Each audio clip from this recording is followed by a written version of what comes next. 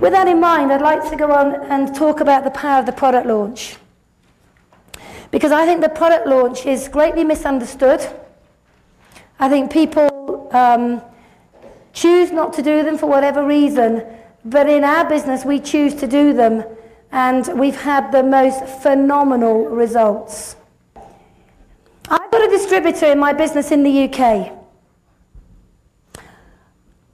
I lived in just north of London, and I had a new guy join my business. Now, this is where I want the men to open up here, because I know what the men immediately think.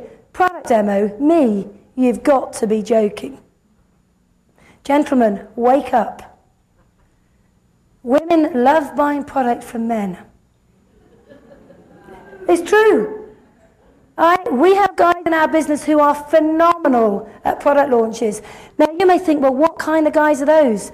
I've got company directors, lawyers, accountants, CEOs of companies that will go and do a product demo because they understand the power of it. Let me share a story with you. I sponsored a guy into my business. I'd say he was in his late 20s.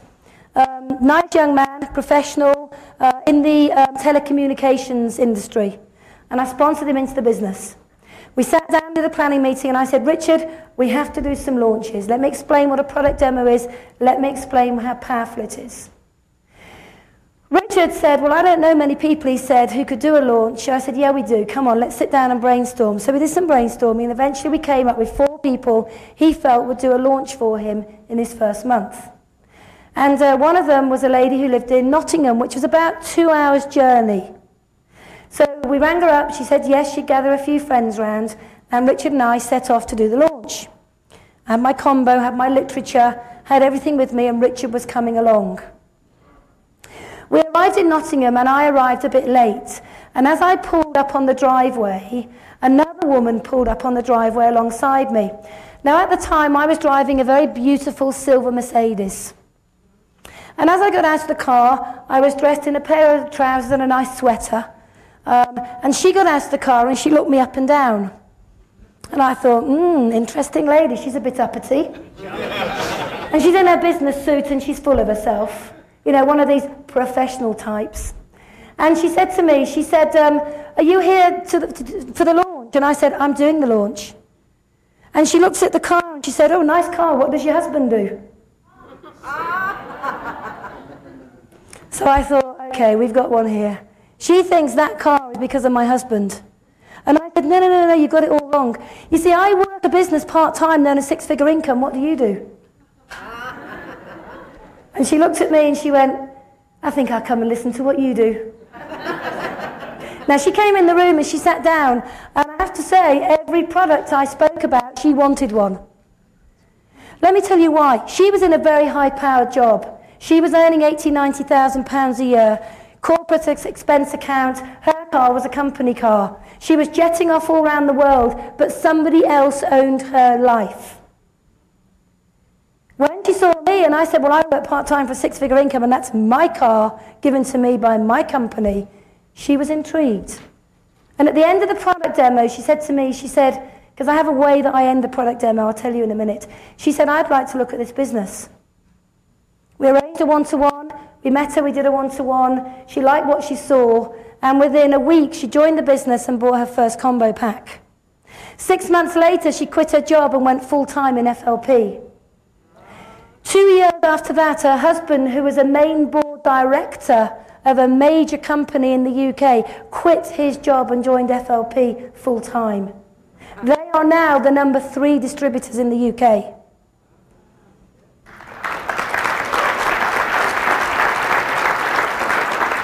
And that came from doing a product demo. So open your mind to the power of what you have when you launch a new business. The reason we do a product launch is because it's coaching for a new distributor. If I'm working with Michael there, if Michael and I are working together and I want to get him started in the business, the first thing I'll do is launch him and his business into his sphere of influence, his contacts. So the first thing we do is we book a couple of launches, we go, and I would do the first 2 or 3 for him. I expect him to watch, to take notes and to participate, because at the end of the day, he's listening to me, he's listening to how I explain the product, he's learning. It's his coaching. I will also help him develop a customer base, because I know how. He's a brand new distributor, he doesn't know how. So if I can develop him 20 to 30 customers in his first 2 or 3 weeks, how happy is he? Extremely happy. Because he's now got a customer base. If I show him how to love those customers, nurture them, look after them, what happens? He's got repeat and referral business. He also can do his 4 CCs every month. How happy is he? It's also an opportunity to sponsor. You see, my belief is that product demo is not just to sell product. I expect to recruit at every product demo I do. Now, why would I see one person when I can see 10 at one go in a room? Why would I do that? I've just been working with a new assistant manager in Wales, and she went assistant manager in 3 months, and every single one of her people, bar 2, have come from product demos. But you know what's exciting? Because they come from product demos, they're keen to do their own very quickly. So everybody's doing demos. And even in December, that little group did 59 case credits, just because they all went out and did a few demos. The exciting thing is they also had people to talk to ready for the new year. So that person will go manager in January and February, because we use the power of the demo. It's duplicatable. Anybody can do a product demo. Anybody. My father is amazing at product demos.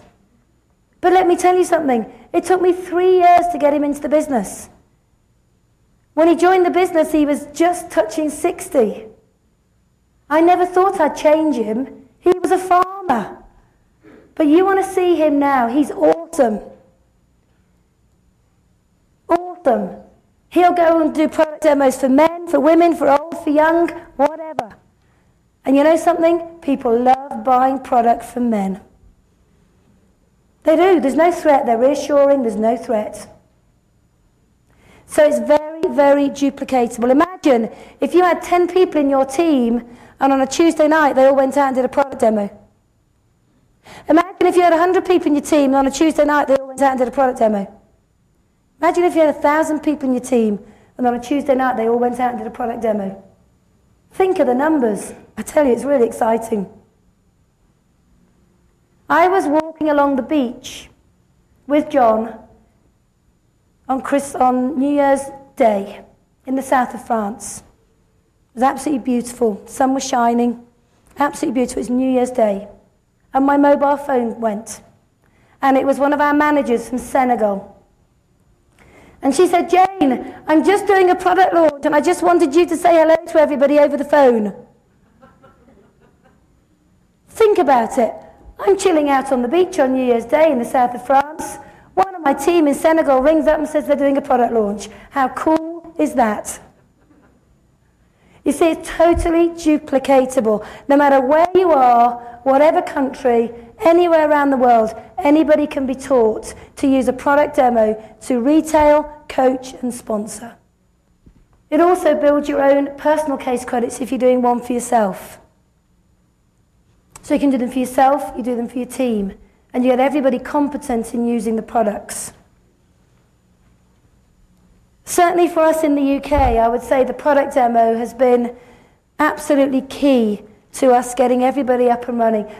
So if any guys in the room are thinking, no, it's just for the ladies, I'll tell you right now, we have loads and loads and loads of guys doing launches. And they're pretty fun and they're pretty easy to do, aren't they? You could do a product demo just with the clean and lean. We had a girl go manager in our business in December. She did 20 case credits in one day just on the clean and lean. She rang all of her friends up. It was December, it was party time. They were all going to parties, wanted to get their little black frocks on. She said, "How would you like to lose an extra 3 or 4 pounds before you go to the Christmas party? I've got a great way you can do that." 20 clean and lean packs she sold in literally one day and went manager. Think outside the box. The power of the 4 case credits is phenomenal. But how else can we do 4 case credits? By sponsoring. Sponsoring, the lifeblood of our business. If we're not sponsoring, then we're really not in network marketing. If all we're doing is selling aloe, then we're aloe salesmen and women. If we are sponsoring and developing other people, we have the ability to reach out and impact on many, many, many lives. So sponsoring is absolutely vital. Sponsoring is the lifeblood of our business. We have to get the balance right between the retailing and the sponsoring. And certainly we have a personal discipline that we sponsor every single month. And from the people we sponsor, we're looking for the one that has the qualities to go on and be developed. Because not every single person that you sponsor is going to be a star. That's the reality. And I'm not here to tell you anything otherwise. That would be unfair. One of the things that we've recognized in our business is for every 5 people that we personally sponsor, we can find someone who can be developed to be a leader.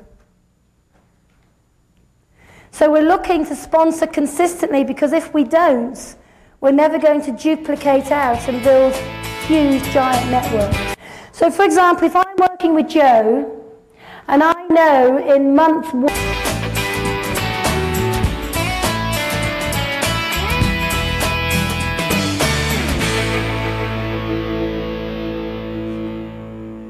there are many, many, many ways to sponsor. And I'm going to show you now the business cycle that we use in order to develop our business and the recruiting tools that we use in order to sponsor people. I would like to go back to the product launch, the product demo, just for a minute. I want to talk about the product demo and how I use the product demo to create volume to help people move up the marketing plan to get to positions. And what I'd like to do, if I may, is give you an example of how, by using the volume from the launches, we can begin to plan our distributors through the marketing plan. Let me give you an example of what I mean.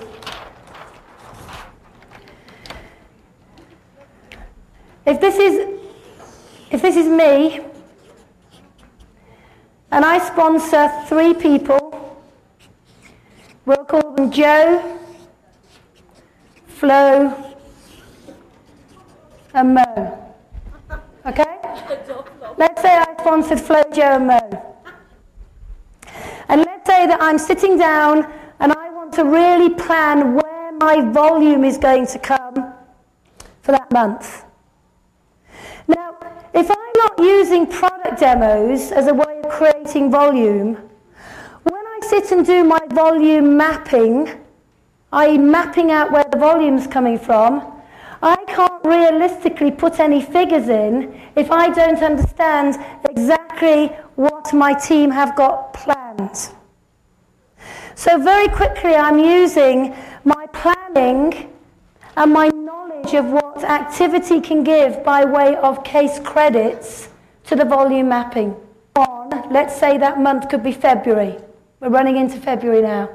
And I know that I've got 2 product launches planned, 2 product demos planned with Joe. Now, we know on average a product demo is 1.5 to 3 case credits. So let's just take 1.5. If we've got 2 launches booked, and we know that per launch we're going to get 1.5 case credits, how many case credits will Joe do in the month of February just through product demos? Okay, so I can put here 3 case credits. Now I also know that I'm working with Joe to help him sponsor somebody. And what I do is I draw it in like this until they have become distributors. So if Joe has a friend Tom, and we're talking to Tom, we'll put Tom in here, but we won't join the lines up until Tom has said yes. Now if Tom joins the business, and he joins with a combi, how many case credits is that? 2. So we put plus 2 case credits there.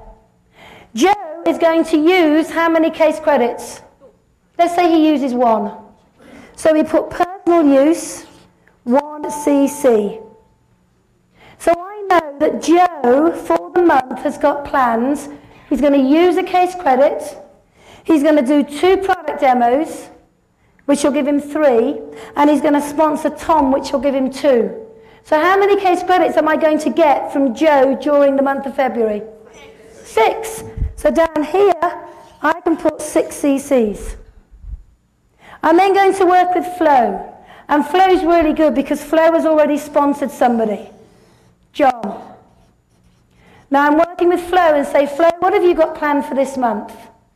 And she said, well, I've got 1 product demo. So we can put 1 times product demo, so that's 1.5 cc.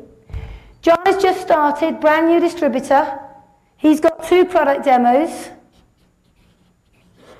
2 product demos is going to be about 3 cc's. We also know John has got somebody who wants to join the business. Okay, let's say it's Mike. And when someone joins the business with a combi, how many cc's? So we put 2 cc's there. And we know that Flo also is going to use a minimum of 1 cc. So if we add that up, it's 1 from personal use, 1.5 from product demo, that's 2.5. 3 from the 2 product demos that John is going to do. How much is that? 8. 1, 2.5, 3, 4, 5.5, and 2. Okay, 7.5 case credits there. Okay, now Mo has only just started. Absolutely brand new, and she's going on holiday for 2 weeks in February. So we've only got 2 weeks. So what we're going to do is we're going to plan 2 product demos, 1 each week. So we know we're going to get 3 cc's from the demos, and she's buying a case credit's worth of products to take on holiday with her. So we've got 4 cc's there. If we add 6 and 7.5 and 4, what have we got? 17.5. How many do we need to become a supervisor? Okay, so we are well on the way to becoming a supervisor because we can plan our volume. You see, the one thing that I won't do is guess. The one thing I won't do is have a business and not know where the volume's coming from. That isn't a business. If you're not planning, you don't know where it's all coming from. So that's how I plan my volume. Now, of course, how many case credits did I need to go supervisor? And how many was I doing?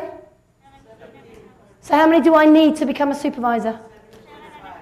7.5. So if I need then, I know I need to do personally 7.5 case credits. Well, I know if I do 2 demos and I look after my customers and I use it myself and sponsor somebody, I can do my 7.5 just like Flo's done. And that's how I volume map, by using product demos as a guarantee of volume that will come through the team. Because the one thing I can't do is just hope that someone's going to do something.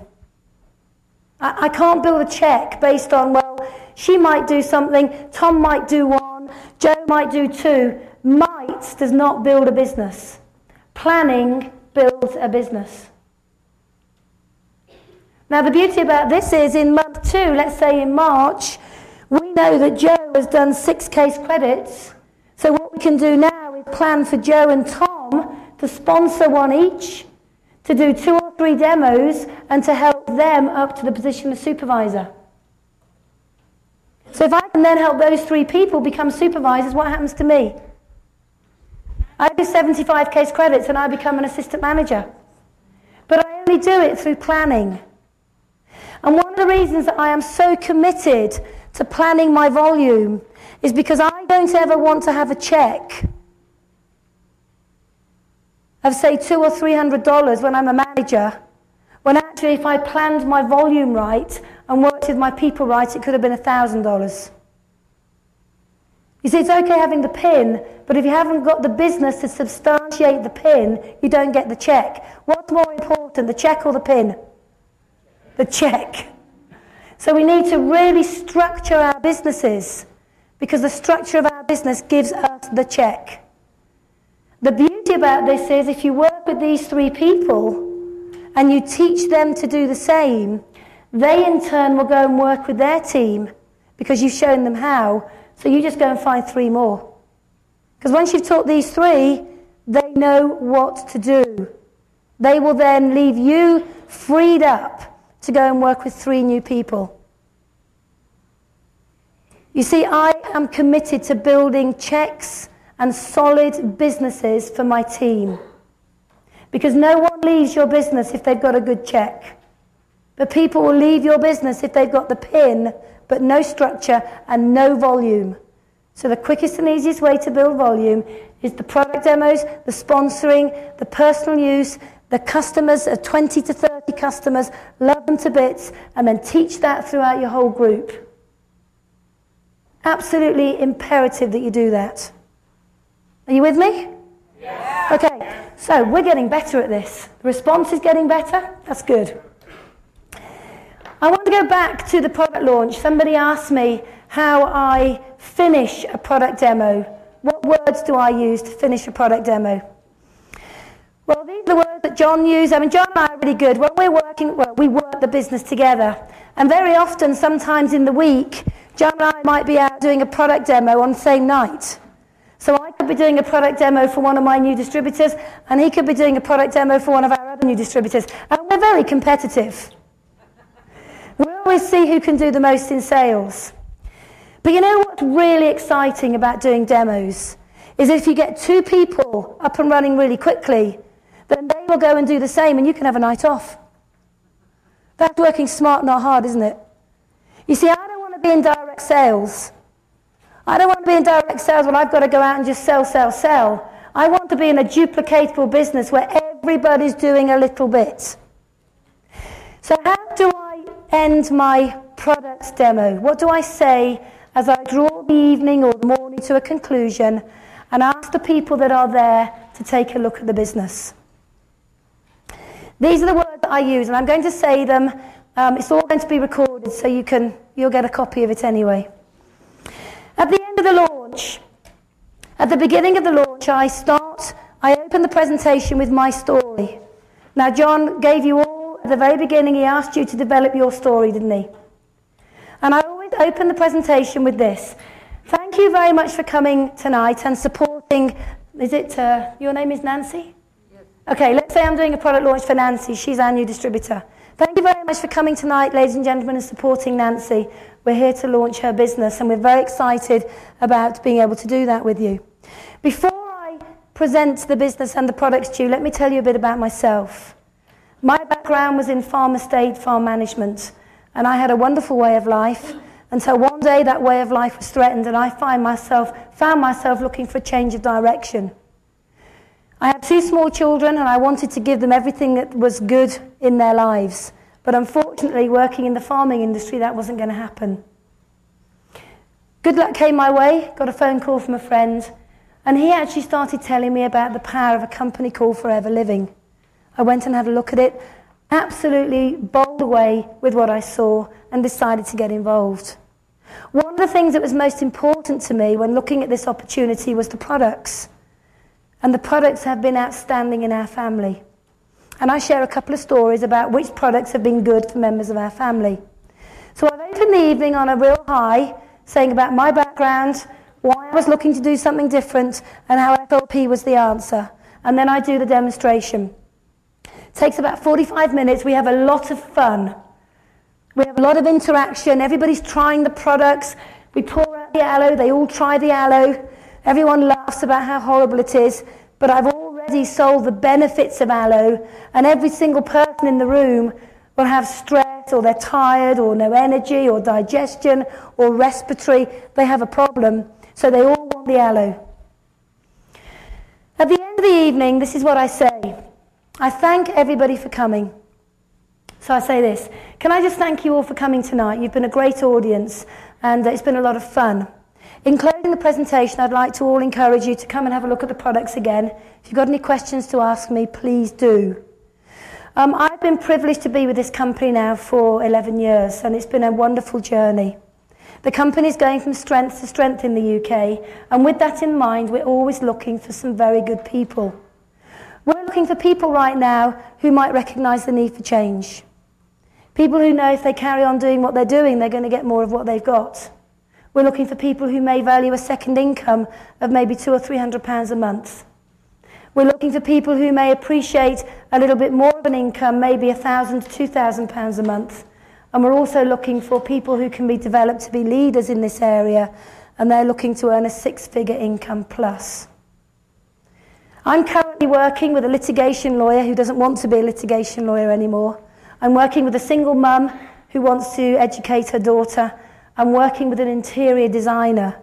So there are people from all backgrounds that get involved in Forever. If anybody is interested in this room tonight in finding out more about how Forever can change your lives, then please come and ask me, and I will give you an information pack to take away with you.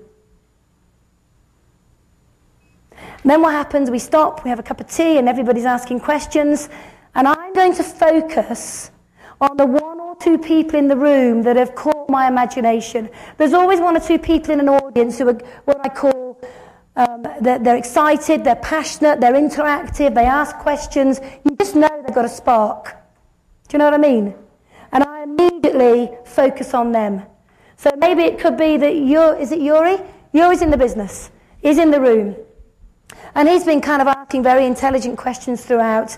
And at the end of the presentation, I'll go up to him and I'll engage in conversation. Because my job is to actually get people interested in the business. So I'll start in conversation, I'll ask him, what do you do? I go to school. He goes to school. And I'll ask him what he's studying. What are you studying? He's studying nursing. And I just get into conversation about that. And I actually tell him a story. I say, Yuri, I'm working with a guy down in London right now who's a GP. And he absolutely loves the idea of using these products alongside what he's doing in the nursing sector. It could be a wonderful thing for you to do. Why don't you and I have a cup of coffee and I'll run it by you? I'll show you the potential. If you like what you see, great. And if you don't, no problem. Come and have a look. I think you'll be impressed. And he goes, yeah, okay. So I think, great, okay, he's one. And then I go to another one. And there's a guy here called Albert. I say, hi Albert, how are you doing? Thank you for coming tonight and supporting Nancy. I really appreciate that. Tell me, what do you do? I own and operate a home care agency. You own a home care agency. Own a home care agency. And I'll engage in conversation. How long have you been doing that? What do you enjoy about it? And then I'll share a story. I've got a friend up in the Midlands and they do something similar to that. And they got involved in Forever about a year ago, and they've run Forever alongside of their agency, and it's given them a very good second income. Would you be interested in having a look yourself? And he says, definitely. So great, there's another one. And by the end of the evening, if I've got 8 people in the room and I've got 2 or 3 interests in the business, my job the next day is to give them a quick call, a courtesy call. Albert, it was great meeting you last night at Nancy's. Thank you for coming. I really appreciate you supporting her. As promised, a quick call. Do you have your diary handy? I'd like to make that appointment with you. Schedule the appointment in the diary. There's our first one-to-one. How excited is Nancy, my new distributor? Phone up Yuri. Say, Yuri, hi, how you doing? It's Jane here. As promised, quick courtesy call. Thank you for supporting Nancy last night. Just wanted to see if we could get our diaries out and make an appointment to have a cup of coffee.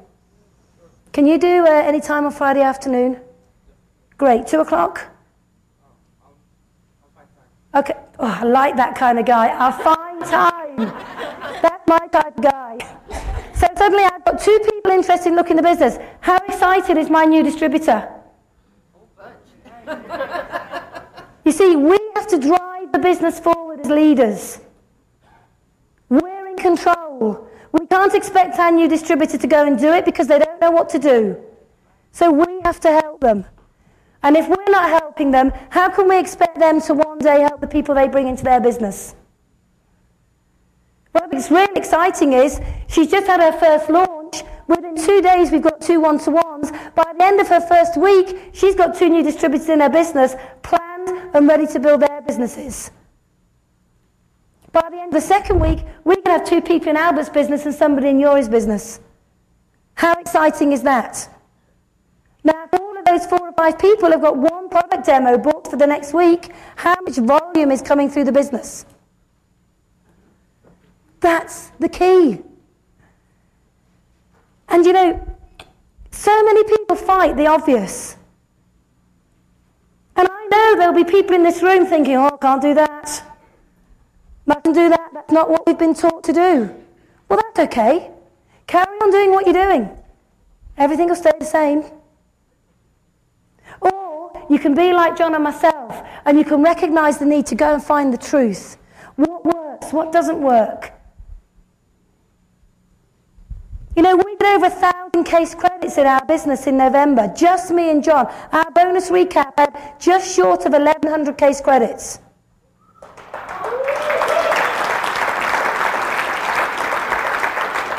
And I'm not saying that to impress you, because I don't think that's good enough. But I'm saying it to impress upon you that if you carry on doing what you're doing, you're going to get more of what you got. See, I'm always looking, how can I make it better? To do over nearly 1,100 case credits with a developed diamond business where most of your volume's coming through managers, it's pretty good. But I'm going to have a 2,000 case credits a month business. And then I'll have a 3,000 case credits a month business. And I know it's going to happen because I know that we all plan volume in our teams. So I know it's going to happen. I know what's coming. People who are failing to plan are planning to fail. Are you planning your volume? I'll tell you something, there is nothing more exciting than drawing circles. I had pages of them stuck all over the wall, pages of circles. And then I got to the stage where there were so many I had to quit drawing circles and rely on my printout. My printout is so big now they send it special delivery. Pages and pages and pages and pages, and that's just from the UK. And then on the mat every month, I've got a huge business in Nigeria. The #1 distributor in Nigeria is in my team. She went diamond sapphire in less than 3 years. Part-time. She's a GP as well. All we did was use our system. She did it every single day. She did a bit on the system. Product demos, one-to-ones, volume mapping, building people. You know, £10,000 a month in Nigeria is a lot of money. I have a vision.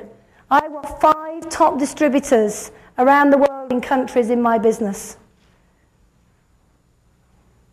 Do you have that kind of vision? Are you planning it? Good, we are now. Good. Okay, let's look at the business cycle that we use to develop our FLP business. Our business cycle that we use is really, really simple. In fact, it's so simple, some people look at it and go, how can something that simple create so much wealth? Well, I truly believe that if you keep it simple and duplicatable, anybody can do it. But if you make it difficult, whereby you are something that others cannot copy, you haven't got a business. So I keep it real simple. The business cycle all starts with who do you know? When I sit down with a brand new distributor, one of the first things is I'm working on their list of who they know. Now tell me, how many people in this room have done a full, detailed, comprehensive who do you know list? With every single person they know in their entire lives.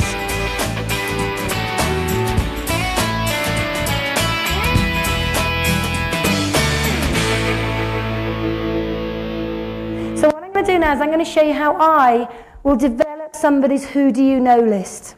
Because the who do you know list will have on it people that you work with, professional contacts, colleagues, friends, family, old school contacts, absolutely everybody.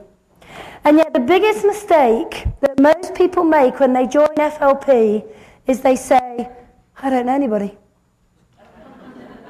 Isn't it true? That's what I did. In fact, this is how sad I was. When I was asked to do my first list, I was terribly excited, and I went to see my sponsor and I had 28 names on it. How sad is that? 28 people, that's all I thought I knew in my entire life. I must have had a very lonely, sad life. But the reality is, what happens is that we prejudge. Have you noticed how we prejudge? We actually sit down with our list, our book, with good intentions.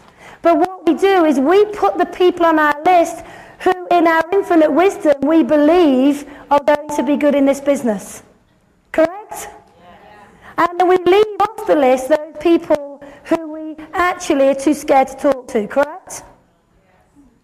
How many have done that? Oh, good. We've got a few more hands going up now. Let me tell you a little story. When I first did my list, I wrote 28 names. And I thought I was doing real well. But I fell into the trap of prejudging. What I did is I left off my list people I thought already had a great lifestyle. I left off, for example, some dear friends of ours, or my family's friends, who already lived in a beautiful home. It was a $2 million home. They had their children in private school. They had beautiful horses. They had big horse wagons. They had an amazing lifestyle. And I thought to myself, I'm not going to put them on the list. They don't need this business. Who am I to decide who needs this business or not? So anyway, I didn't put them on the list. And I just made the position of manager. And we had a meeting at our office in Milton Keynes. And I had put business cards on the front seat chairs because I'd invited a whole load of guests along to come and see the business that night. And as my guests came, I sat them down, and just as the presentation was about to start, in the back of the room walked this woman called Sue. And I thought, I didn't invite Sue. She's the one that had the £2 million house and lovely home, you know, the kids in private school now. I didn't invite her. What's she doing here? Yeah, it gets worse. She made a beeline for me. She saw me and came straight to me and said, Jane, how wonderful to see you. What are you doing here? And you know how you have that sinking feeling? I said, I'm great, Sue. How are you? She said, marvellous. She said, you know, I was at a show with my horses a few weeks ago, and one of them got badly cut. And somebody at the show gave me this amazing product called aloe vera jelly. And I used it on my horse, and it healed my horse with no scar. And I'm going, great. That's so cool. And she said, and you know, this guy said to me, Sue, you need to come and look at this business because you could earn yourself an extra £500 a month. And Sue said, so I thought I'd come and look because £500 a month would make a big difference in our life. And I'm thinking, no, please. You see, I'd prejudged.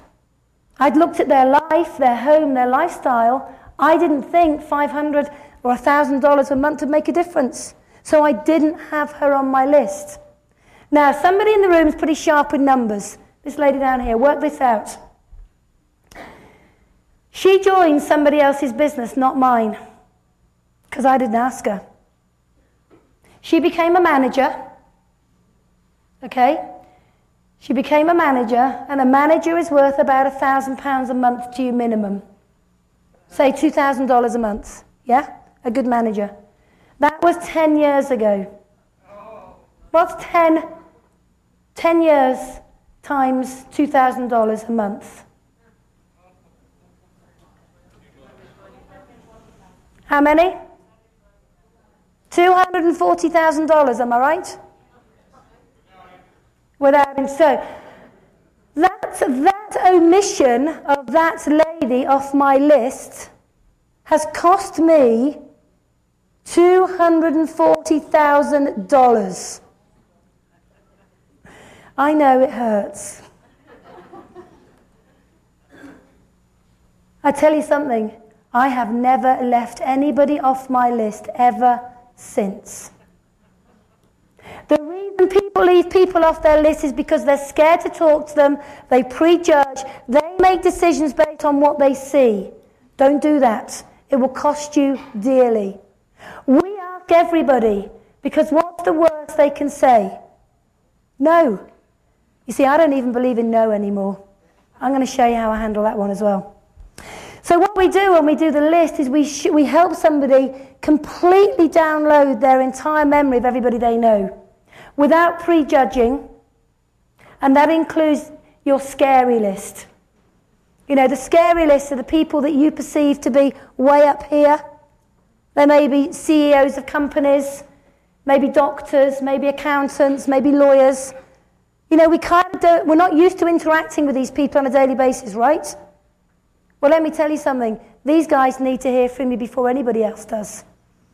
They are normally the very best distributors you'll ever sponsor because they already have a whole host of the values that we're looking for, the business disciplines that we look for. So include everybody. Then what we need to do as distributors and as leaders and sponsors is we need to understand, how do we expand the list? How do we show someone how to expand the list? How many people in this room have done a list of maybe 20 or 30 people? Okay. Okay. We start in the UK. I start with a minimum of 100. 100 immediately. That's what I want, as quickly as possible. But most people on day one say they don't know 100 people, don't they? I want each and every one of you to take a fresh piece of paper, and I want you all to write down the names of 5 people not on your list. 5 people that you've never written on your list. Right now, 5 people. Have you all written them?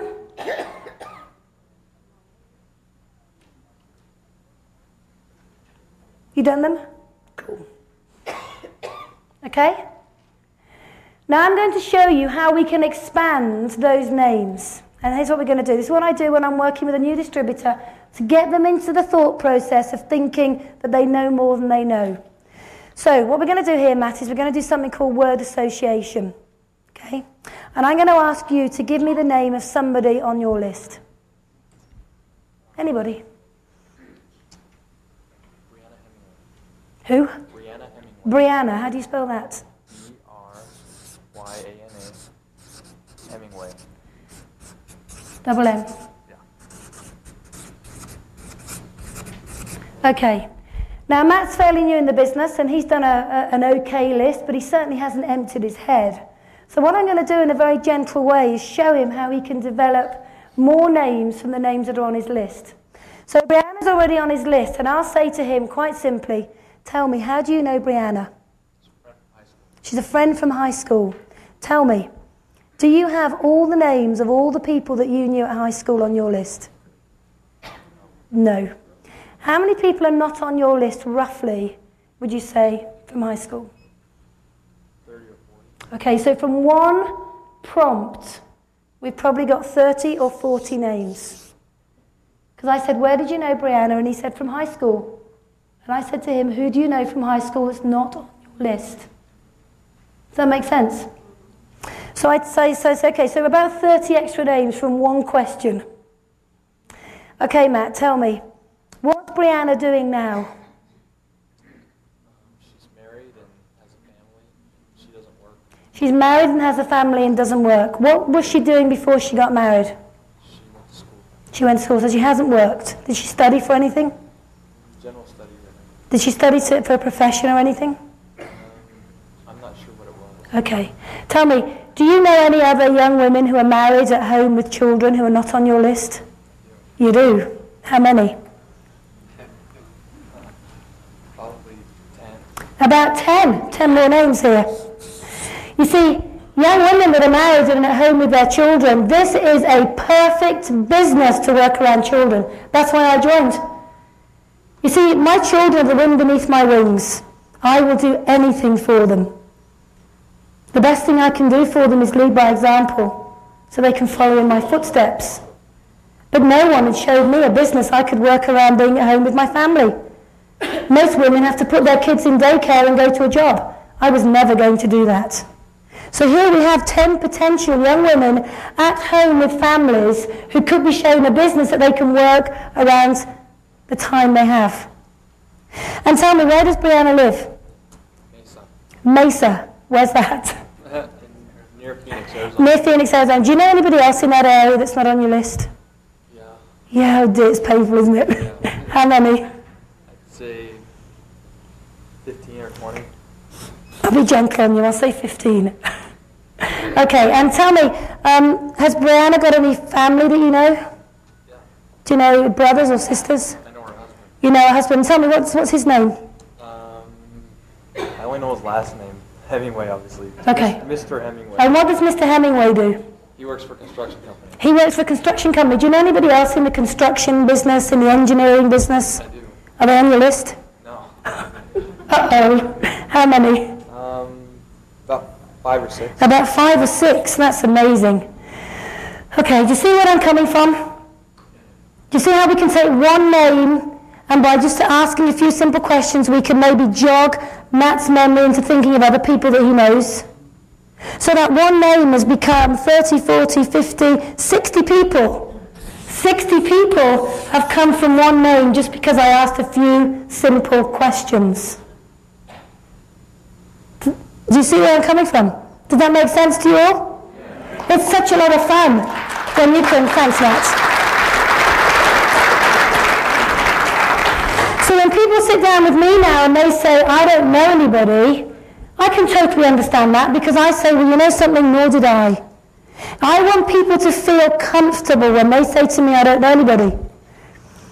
The normal reaction for a lot of people is say, what do you mean you don't know anybody? Of course you know people. I don't do that. I say, you know, Alma, I know exactly how you feel. I felt the same way. But I found that by doing a little bit of word association, asking a few questions, you could take a few names and turn them into dozens. Want to have a go? Okay, then that's what I do. I want to make people feel comfortable about opening their mind to ideas I'm going to give them. So here's what we're going to do. I want everybody to write one name on a piece of paper right now. One name. We're going to have a bit of fun here. Let's see. Let's have a bit of fun. We can do it pretty quickly. John's going to help me out here in a minute. One name. Now I want you to turn to somebody and I want you to take that one name and see how many names you can get from it by using my method of word association. So you've got 2 minutes to ask each other questions to see how many new names you can get from that one name. Does that make sense? Is everybody understanding what I'm asking to do?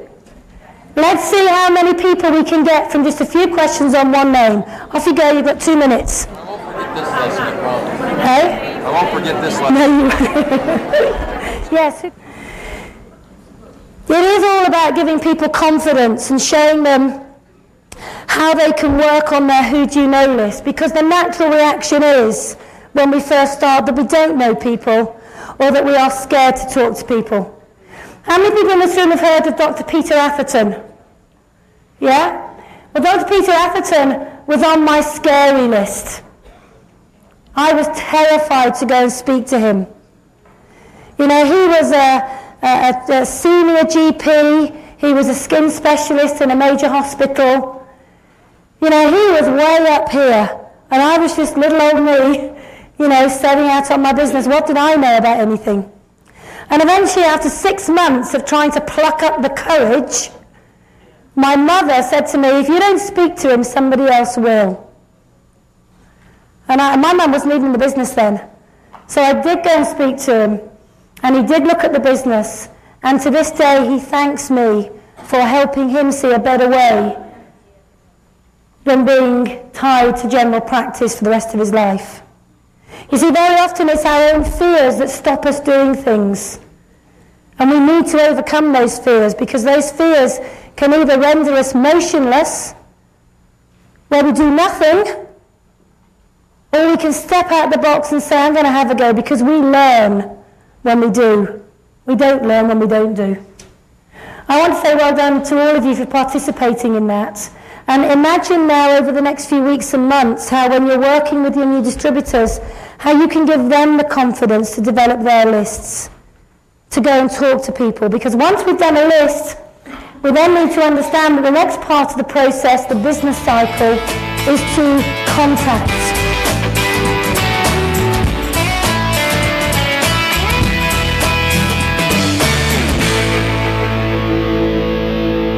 Now this is a game where I had a real big challenge in the early days, because I'd done my list of 28 people, pretty sad, and I knew I then had to go and contact people. Now I know some of you in this room may find it hard to believe, but I was incredibly shy. And I also had no confidence whatsoever. I'd gone through this very bad divorce, my self-esteem was very low, and I had no confidence at all. So to go and contact people about this business, even though I was massively excited internally, I was also quite scared as well. Scared of the unknown, I think. And I think we all are, aren't we? We can be scared of the unknown. So I had to learn to contact people. And the best way to contact people is by phone, by email, face-to-face, whatever opportunity, whatever way that you decide to use. Now, I tend to favour the phone. And I think the phone is a great way to get in contact with people. And I know that from my own experience, I was also pretty scared of the phone. So here I was with my contact list, and thinking, okay, what do I do with it now? What do I do? So I learned two things. I learned what not to do, and then what to do. Let me give you an idea of my very first phone call. You know, the one that I had to pluck up courage for 2 days to make. The one that I was absolutely terrified of making because I didn't know what the outcome was going to be. I rang the number and my friend answered. And I said, "Hi Sue, how are you doing? It's Jane." She said, "Hi Jane, how are you?" I said, "I'm absolutely wonderful." And for 5 or 10 minutes we talked about the children, the weather, the state of the economy, everything. But nothing about FLP. And then eventually she asked me why I'd called. So I thought, well, I better tell her. So I started telling her about this wonderful company I'd found called Forever Living. And for the next 2 hours, I gave her the entire history of FLP. Please don't take this personally, Greg, but I'm going to say what I said. I did everything, from Rex's childhood right the way through to where he is now. From his family, to his sons and his daughters, to his grandchildren, to his vision, to FLP, the products, to anthraquinones, to what's in the aloe, how it was grown, the people that harvested it. Rex's waist measurement, his inside leg measurement, everything went to this woman, the whole lot. And 2 hours later I said, "Sue, can you see why I'm so excited about FLP?" She said, "No, actually I can't." And I was completely devastated. She didn't see what I saw. I was devastated. So I hung up the phone, I came off the phone, I said to John, "That's it, I'm out of here, I'm not doing this business." Yeah, the next phone call wasn't much better. It was just as bad. I rang up my friend Paul and I started explaining it, and he said, "Jane," he said, "it sounds like you've got yourself into one of these pyramid things. You need to get out right now." So I put the phone down and said, "John, are we doing something that we shouldn't be doing? What's pyramiding?" So you can imagine my self-confidence was going down and down and down and down and down, to the extent where I was beginning to wonder, who's right, me or them? Anybody been there? Yeah? See, we're more alike than different. And then I learnt something. I learnt this, and that is, you might want to write this down, less is more.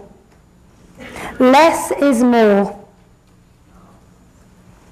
So rather than talk for 2 hours, rather than not know what I'm trying to achieve, I began to plan my conversation before I had it. I began to clearly define what was my objective in making the phone call.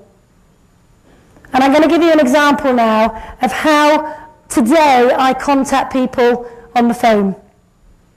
I'm going to call my wonderful assistant Matt up again. Here's what I do now when I'm working with my contact list and also working with a new distributor. I sit down with Matt now, and before we make any phone calls, we're going to do a little bit of planning. Because there is no point me wasting this young man's contact list by doing it wrong. Would you agree with that? So it's my job as his sponsor, whether I'm 10 minutes in the business or 10 years, to help him to the best of my ability. And this is what I do. I'm very clear in what I'm trying to achieve with Matt, because we've done a planning meeting, and I'll come to that later. And we've actually discovered what's important in his life, and we now need a strategy, daily activity in place that he feels comfortable in doing in order for him to build a business. So what I'm going to do is I'm going to first of all find out how much time he has. Now I'm assuming that Matt's part-time in the business, right? So Matt says to me, I've only got a couple of hours a day. So I say to him, Matt, do you think it's possible that you could make just 2 or 3 phone calls a day to people about this business? Yeah. So he thinks that's okay. Now if you've only got 28 names on the list and you're making 3 phone calls a day, you've only got about, how many? About 10 days work. If you're lucky, 9 days work. So can you now understand why we have to expand the list? Here's what I'm going to say to him. I say, okay, we need to make the best of your contacts and we need to make sure that we talk to them about this opportunity in the right way. So what we're going to do is we're going to do a profile of your prospect before we ring them.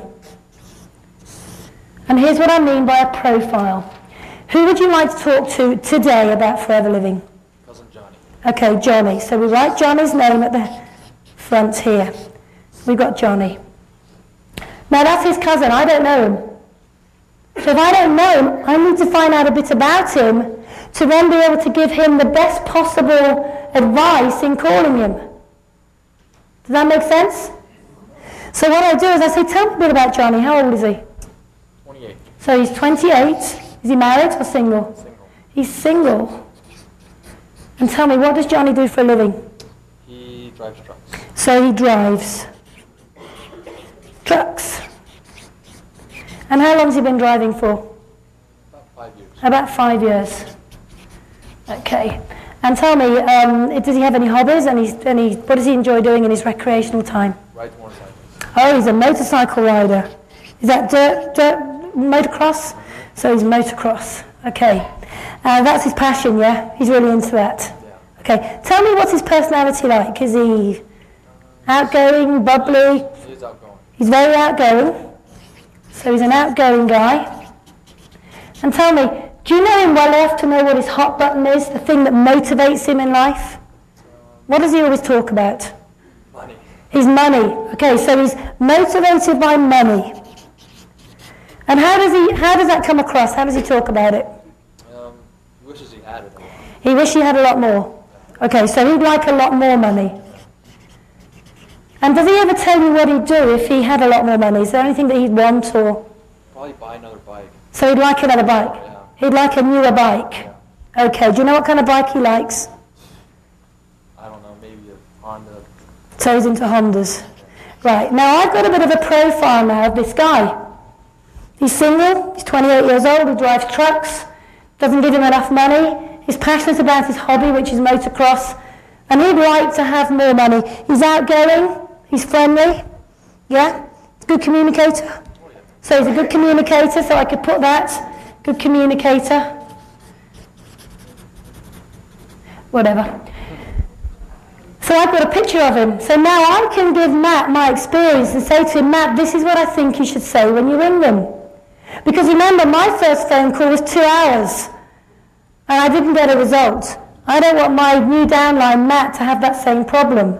So I'm going to give him some coaching on what to say. So what I say to him, I say, tell me, Matt, does Johnny like to read, or is he the kind of person that likes to meet somebody? Would he like a one-to-one, or would he like to go to the website or a video or a CD? He's a one-to-one. He's a one-to-one guy. So here's what I do, and this is really important. I put objective 1-to-1 and circle it. So when we make our phone call, we know what we're trying to achieve, don't we? We know we're not on that phone call to speak for 2 hours about something which is actually totally irrelevant to the person on the end of the phone. We're on the phone to make sure that Matt and I get Johnny to come and meet us for a one-to-one. That's the objective. So here's what I do. I coach Matt on this. I say, Matt, here's what I think you should say. And I get Matt to write it down so he knows what he's going to say. I say, you need to give your friend a call, and you need to use what I call the hot button approach. We call it the hot button. This is something that we know your friend wants. He can't have it doing what he's doing. We have the vehicle to help him get it. Hot button. So, here's what we say. You would say, hi Johnny, it's Matt here, how you doing? Good. Yeah? And when he says good, you say, look, This is just a quick call. It's a business call. Have you got a moment to talk? Sure. Can I ask you a question? Of course. You know you always wanted that new bright red Honda motorbike, you know, that supercross bike, the one that's going to take you from being average to amazing? Oh, yeah. And you've always said that you just can't quite earn the money to have that bike. Yeah. If I could show you a way of getting that without it compromising what you're doing, would you come and have a look at what I'm doing? Absolutely. Fantastic. Can we meet on Saturday morning? Sounds good. Okay, 10 o'clock your place? Absolutely. Hold on. What did you say? Hot bottom. Hot button. Oh, hot. It's what we call the hot button. It's, you know somebody wants something? It's what we call a hot button. So that's a very simple approach. Here's another approach. I'm looking for good people. So I'm giving, let's say Matt's Johnny, we're giving Johnny a call, and we're saying, hi Johnny, how you doing? Pretty good. How's work? Good. Work's good, okay. Look, this is a very quick call, I just want to ask you a question. Have you got a moment to talk? Sure. You know, if I found a company that was absolutely outstanding in the marketplace, that was cash rich and debt free, that was in 104 countries around the world, and last year I did it in excess of $2 billion turnover, and could make you and I a lot of money without any compromise to what we're currently doing, would you be interested? Sure. Now ask me what it is. What's that? And he goes, what is it? Oh, what is it? Because that's what most people ask. They go, what is it? Okay? So I say, you know, I'm really glad you've asked that question. I can't really explain it on the phone. I couldn't do justice to it on the phone. I need half an hour at a time so we can sit down and go through a one-to-one. I'll show you all the facts, all the figures, and if you like what you see, come with me and I'll show you more. And if you don't, no problem. But I'm looking for a handful of good people, and I immediately thought of you because you're outgoing, you're a good communicator, and I know you want a lot more out of life. Saturday morning, 10 o'clock? Sounds good. Okay?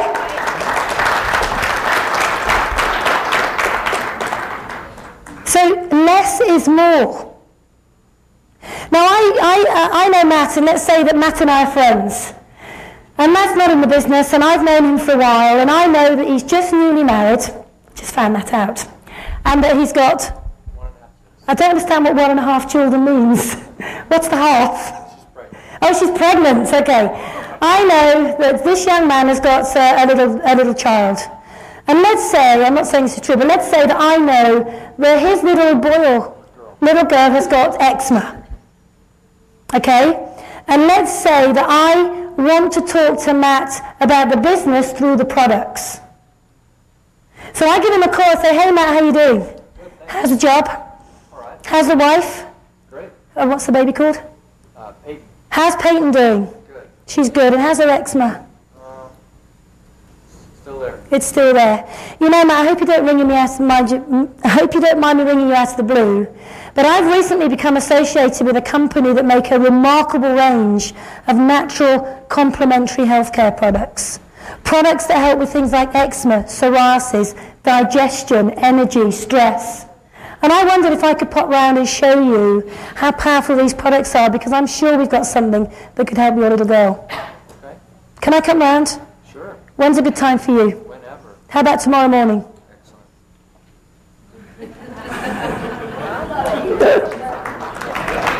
Okay, you know, I should have sponsored you, shouldn't I? Okay? Give him a big hand.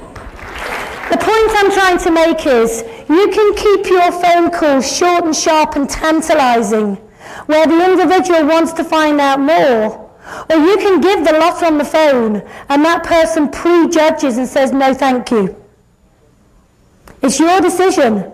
But I've learned over the years, you keep it short, sharp, and exciting. And in doing that, you will get the results that you're looking for. I mean, how many people would like to make 5 phone calls a day and get 5 presentations? Okay, you know something, when I first started, I'd make 5 phone calls a day and I'd be lucky if I get 1. But as I practiced and practiced and practiced and practiced, I can make 5 phone calls today and get 5 presentations in a heartbeat. But I couldn't when I first started. It's all about practice. It's learning what to say to people. Now, I do a whole day's workshop on this, so clearly today I've only got a few minutes to give you a few ideas. But the best advice I can give you is talk to other people the way that you would like to be spoken to. Talk to other people the way that you would like to be spoken to. Let's just give you an example. If somebody has got a very high-flying, high-caliber businessman or woman, and maybe they're a bit concerned about calling them, you know, you just use the same approach. If you're phoning somebody who's a high flyer, say I'm phoning Matt and he's a managing director of a company, I'd use exactly the same approach.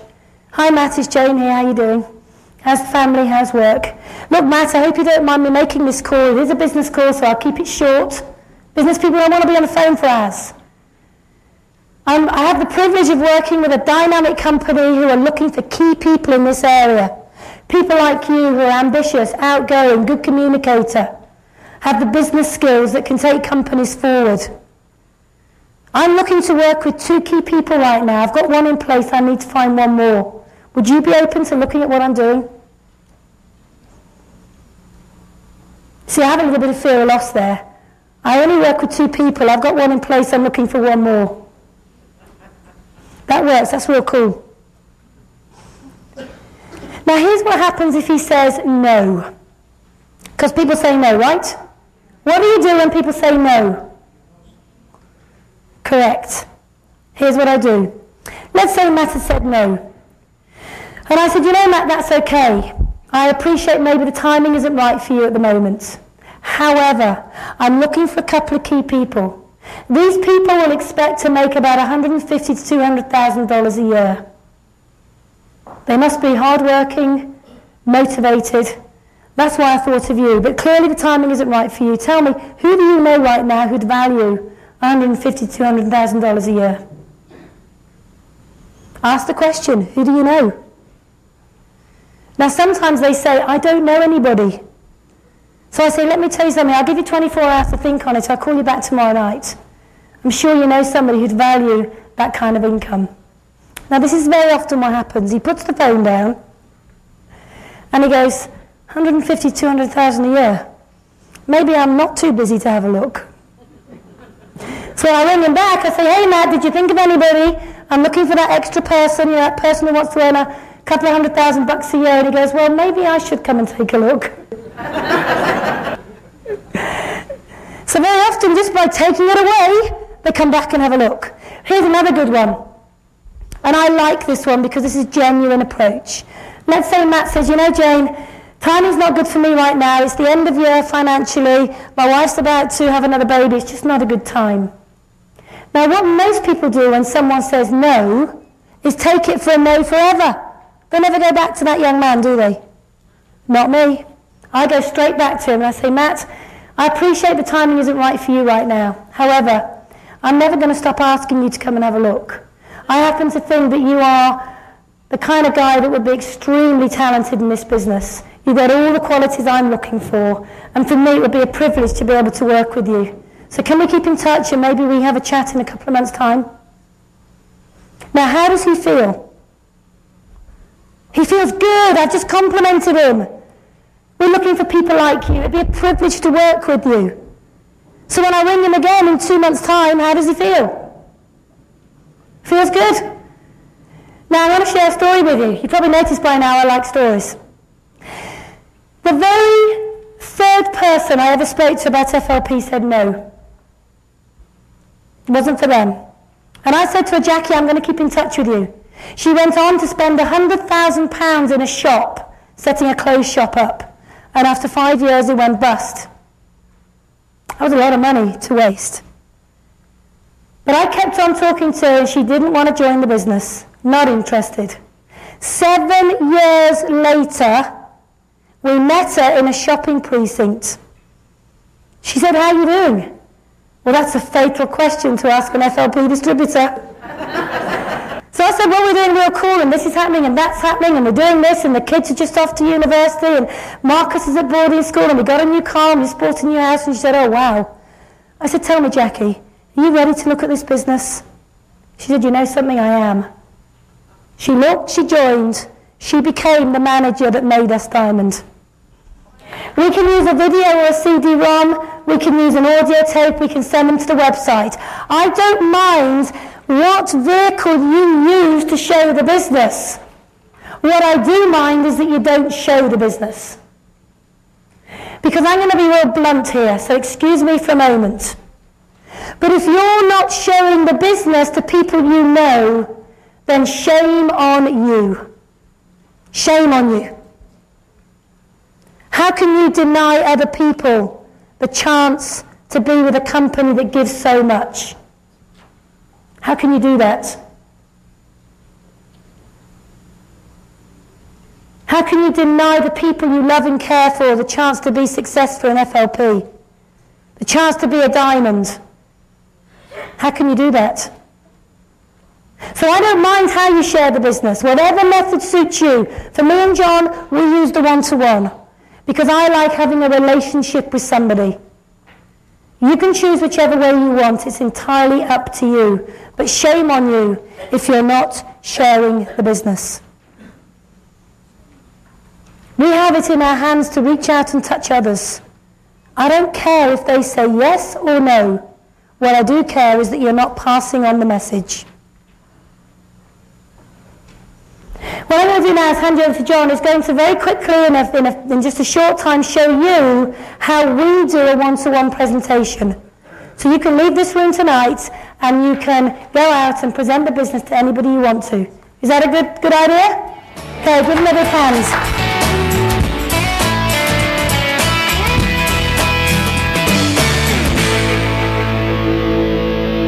Okay, the one-to-one. I believe that the one-to-one is the most powerful thing. I believe you are the best thing you have. All right? People buy people first and everything else second. I believe that. They didn't buy FLP, they bought you. All right? Make sure that you would buy you. That's the first clue in doing the one-to-one. One-to-one, anything between 20 minutes and 40 minutes. My very first one-to-one back in 1993 lasted 2.5 hours. And I was really amazed the person didn't join the business. Would you want to join a business where you had to spend 2.5 hours talking about it? I don't think so. All right? But with a little bit of practice, you can get this down real neat in 20 to 40 minutes. In terms of where you're going to set up the meeting, I like to have somewhere where there are no distractions. We need 20 to 40 minutes, that's all it is, of undivided attention. Now my basic thing is I don't like presenting the business in other people's homes. For the very simple reason that there is no control. Perhaps they have children. Perhaps they have animals in the house. Perhaps the telephone goes. Perhaps tradespeople come to the door. There are all sorts of things that happen in the home. Their home. And I've got no control over that environment. And even worse, sometimes their home is not conducive. It doesn't help to do a one-to-one. Because I want to sit down with the person and present some information. Have you ever gone in somebody's home where they have those big couches? You know, and you're sitting across the way from people, yeah? So you can't actually get to them to present the business. Also, I've had experiences, and I'm sure none of you have had this. The thing that really decided me I would not go to people's homes was I was invited to a beautiful home, a place called Walton-on-Thames, in the centre of England. And I went into the lady's house. She was a very, very nice lady, and she asked me to sit down. Now, she had one of those Italian designer leather sofas, all right?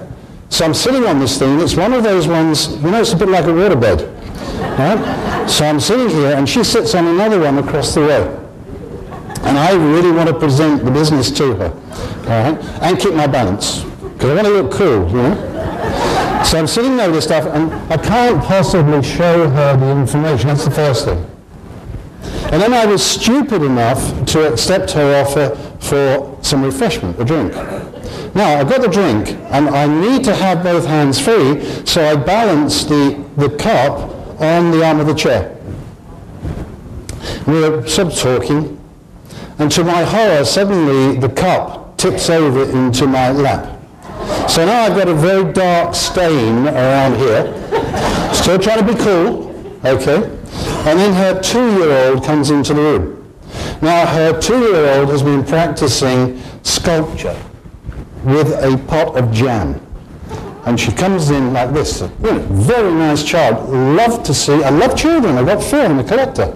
But what do they always do? She comes up and she goes like this.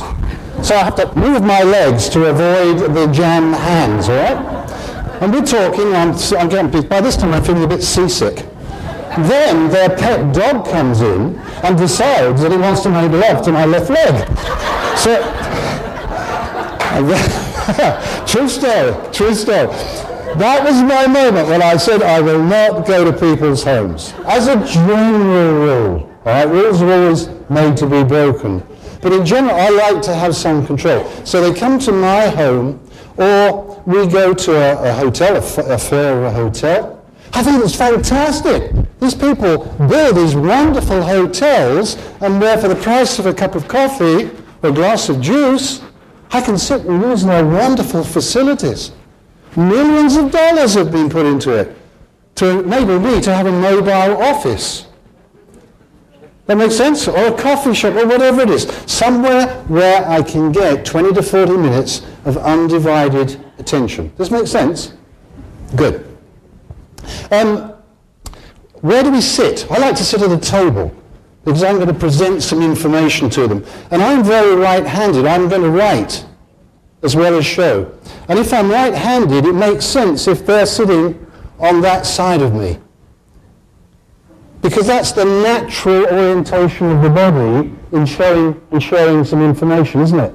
If I'm right-handed and they're sitting there, I'm awkward. And I'm likely to fall off the chair. And I certainly can't write, can I? Like that. You can't do that. So if you're right-handed, try and get them sitting on your right.